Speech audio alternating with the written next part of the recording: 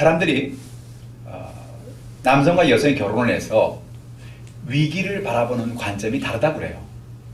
남성들은 대개 어떤 때 결혼해서 위기를 느끼냐면 상대가 나를 무시한다고 생각할 때, 아내가 나를 무시한다고 생각할 때 결혼에 위기가 다가오고 있구나 라고 이렇게 느낀다고 그러고요. 여성들은 상대가 배우자로서의 역할을 제대로 안 할 때 결혼의 위기가 다가오고 있다라고 그렇게 생각한다는 거예요. 그러니까 남성이나 여성이나 서로가 결혼에 대해서 보는 그 위기감이 다르다는 거예요.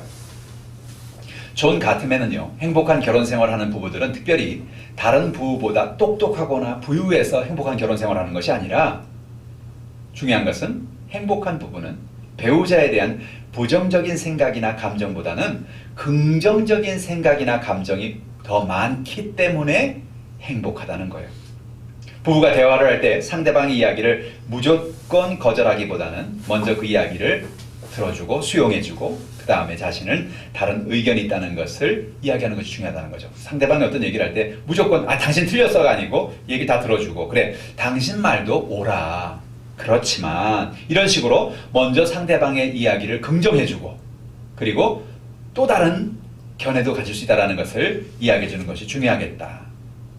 그래서 가트맨 박사는 부부의 위기를 암시하는 그런 대화를 들어보면 그 대화 속에 어떠한 것이 많이 나오냐에 따라서 이 부부가 계속 위기를 가져갈 것이냐 아니면 위기가 해소될 것이냐를 파악할 수 있는데 첫 번째 단계는 뭐냐면 위기가 다가올 때 부부의 대화 속에 비난이 있는가 하는 거예요. 부부가 대화를 하는데 살아가면서 물론 사람들이 불만이 있을 수 있겠죠. 그러나 불만이 있다고 해서 부부가 서로를 항상 비난하는 것은 아니라는 거예요. 비난은 불만 이상의 것으로서 상대방의 인격에 대한 부정적인 느낌을 전달하는 거죠. 예를 들어서 저녁에 쓰레기를 버리는 날인데 남편이 쓰레기 버리는 것을 잊어버렸어요. 아침에 보니까 여전히 쓰레기가 쌓여 있습니다. 아내는 남편에게 당신이 쓰레기를 버리기로 해놓고 쓰레기를 버리지 않아서 내가 화가 나요. 오늘 버릴 수 있나라고 말하면 남편이 쓰레기를 버리지 않는 것에 대한 불만을 표현하는 거죠. 그러나 더 나아가서 당신은 왜 그렇게 내 말을 무시하는 거예요? 왜 매일 나만 쓰레기를 버려야 되는 거예요? 항상 당신은 제대로 하는 것이 아무것도 없네요. 앞에 얘기하고 뒤에 얘기는 완전히 다르죠. 이건 어떻게 들릴까요? 나를 비난하고 있구나 라고 그렇게 들리겠죠. 그래서 자신이 무시당하는 느낌이 드는 비난을 받는 것입니다. 우리가 아까 얘기했던 것처럼 왜 당신은 왜 항상 그래? 당신은 왜 맨날 그래? 이런 표현 그죠? 이런 건 뭐야? 이런 건 바로 비난의 말이라는 거죠. 그럼 배우자는 뭐야? 내가 언제 그랬지 항상? 가끔 그랬지. 안 한 건 아니에요. 안 한 건 아닌데 억울한 거 왜? 내가 항상 그런 건 아닌데 왜 나한테 항상 맨날 그렇게 말을 쓰지? 라는 그런 이야기를 하는 거죠. 그래서 부부의 대화 속에 이런 비난의 어투가 담겨 있느냐 이것이 첫 번째 단계입니다. 두 번째는요. 부부간에 모욕을 하거나 빈정대고 있는가 하는 거예요. 부부의 대화에서 상대방의 말에 대해서 빈정대는 것은 상대방에게 큰 모욕감을 줍니다. 여러분 사람은요. 남편이나 아내나 서로가 감정적으로 존중받는 마음을 가지고 살아갈 때 행복해지는 거예요. 그런데 우리는 이런 걸 배운 적이 없잖아요. 우리가 어려서부터 자라면서 부모님들이 우리한테 이런 걸 가르쳐준 적이 없거든요. 어디서 배우는 거예요? 여기서 배우는 거예요. 여기서 배우는 거예요. 그러니까 우리가 이런 걸 배워본 적이 없기 때문에 그냥 부모님이 하시는 걸 본 대로 우리가 그냥 살아가는 거예요. 마음에 안 들면 빈정이 되기도 아유 잘났네 정말 뭐 이렇게 그런 말은 아유 당신 똑똑해서 좋겠어요 다 알고 계시네요. 이건 뭐야? 빈정거리는 말이잖아요. 당신 이렇게 해줬으면 좋겠다고 말할 때 그 얘기를 들으면서 아 내가 이렇게 해야 되구나 그런 생각하는 게 아니고 빈정거리는 거예요. 아유 잘나셨어요 뭐 이렇게 그죠? 그런 빈정거림을 이렇게 하면 상대방이 상당한 모욕감을 갖는 거예요. 그 우리가 이걸 알아야죠. 그래서 상대방이 말하는 걸 막 흉내낸다든지 대화하다가 상대방이 진지하게 말하고 있는데 농담을 한다든지 대개 경우에 따라서 어떤 사람은 상대방이 어떤 너무 진지한 얘기를 하면 그 진지한 분위기를 받아들이지 못해서 그 진지한 것을 좀 이렇게 와해하기 위해서 농담을 하는 경우가 있어요. 배우자가 너무 그냥 진지하게 이렇게 얘기하면 그걸 이제 좀 농담을 하면서 이렇게 분위기를 좀 하려고 하는데 거기에서 지금이 농담할 때냐고 이렇게 나오는 거예요. 그죠? 거기서 오히려 더 모욕을 느낀다는 거죠. 그래서 상대방에게 자신이 제대로 존중받고 있지 못하는 느낌을 갖게 하기 때문에 우리가 이렇게 대화를 할 때, 말을 할 때 상대방을 모욕하거나 빈정대는 거, 이건 아주 위험한 것이다. 그래서 위기를 만들어내는 것이라는 것이죠. 상대를 모욕하게 되면 상대방은 더욱 화가 나고 계속해서 상대를 공격하는 말을 하게 되면 정말 생각지도 않았던 말이 막 튀어나올 수도 있는 거죠. 그렇게 되면. 분노하면요. 사람이 막 분노하면 자기도 모르게 생각지도 않았던 말들이 막 이렇게 튀어나오는 거예요.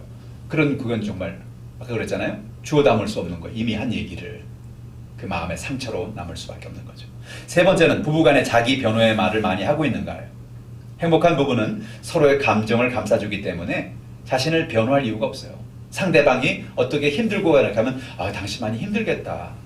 많이 좀 마음에 어려움이 있었겠다. 이렇게 변호를 해주니까 서로 감싸주니까 좋은데 그게 아니고 부부관계 불만을 가지는 부부는요. 항상 상대방이 하는 비난의 말에 대해서 자기 자신을 변호하기에 급급한 거예요. 아니 그게 아니고 아니 그런 게 아니고 맨날 이런 말을 하는 사람. 변호. 아니 그게 아니고 근데 왜 변호하느냐. 비난하니까 비난받지 않으려고 하는 거죠. 그죠? 예를 들어서 당신이 나를 도와주지 않아서 내가 그랬어 라는 식의 자기 변호는 상대방의 비난을 하기 위한 자기 변호예요.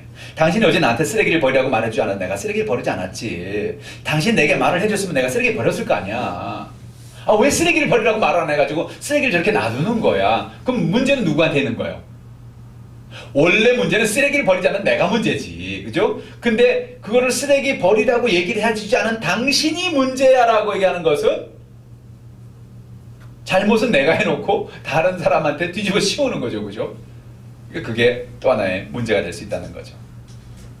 자신의 잘못을 인정하고 내가 잘못했다고 말하지 않는 이상은 계속해서 상대방을 비난하게 되고 그에 따라서 상대방은 또 반드시 자기를 변호하게 될 수밖에 없다는 거죠. 거기서 이걸 고리를 끊는 건 뭐예요? 나의 잘못을 인정하는 거예요. 그죠? 근데 잘못을 인정하면 큰일 날 것 같아. 우리 어려서부터 그렇게 배웠어요. 그죠? 내가 잘못했어요 라고 말하는 순간 내가 혼나는 거야. 내가 잘못했어요 말하는 순간 큰 문제가 생기는 거야. 그러니까 나는 절대로 내가 잘못했다고 말할 수가 없어. 그래 어떻게 해요? 변호하는 자기를 변호. 아니 그런 게 아니고 내가 꼭 잘못했다고 말할 수는 없고 나는 그런 사람이 아니고. 그러니까 문제는 그러면 누가 문제야? 당신이 문제야. 이런 궤변이 나오는 거예요. 그러면 상대방은 기분이 무척 안 좋다. 그죠? 더 화가 나는 거야, 더. 딱 잘못했으면, 내가 잘못했네. 오늘 쓰레기 버리는 날인데 내가 잊어버렸네. 미안해. 내가 쓰레기 버리는 걸 잊어버렸어. 미안해. 라고 말하면 더 이상 할 말이 없죠? 미안하다는데. 다음 주에 내가 잊어버리지 않을게. 내가 왜 잊어버렸지? 그렇게 하면 더 이상 비난할 사람도 없고 변호할 이유도 없는 거예요. 그죠? 그러니까 부부간에 서로가 대화를 하면서 내가 잘못한 것은 인정하자. 그리고 그 똑같은 잘못을 하지 않도록 노력하자는 겁니다. 네 번째는 부부간에 도피를 하고 있는가 하는 거예요. 부부간의 대화에 서로를 비난하여서 빈정거리고 자기 변호로 일관된 관계를 유지할 경우에 서로 이제 부부는 서로에게서 도피하기 시작합니다.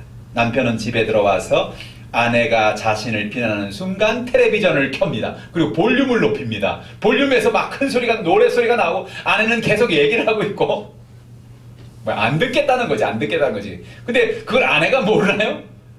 내 말을 안 들으려고 지금 볼륨을 높이고 있다는 걸 다 알고 있는데. 그죠? 그러니까 정말 여기서 위기가 오는 거야.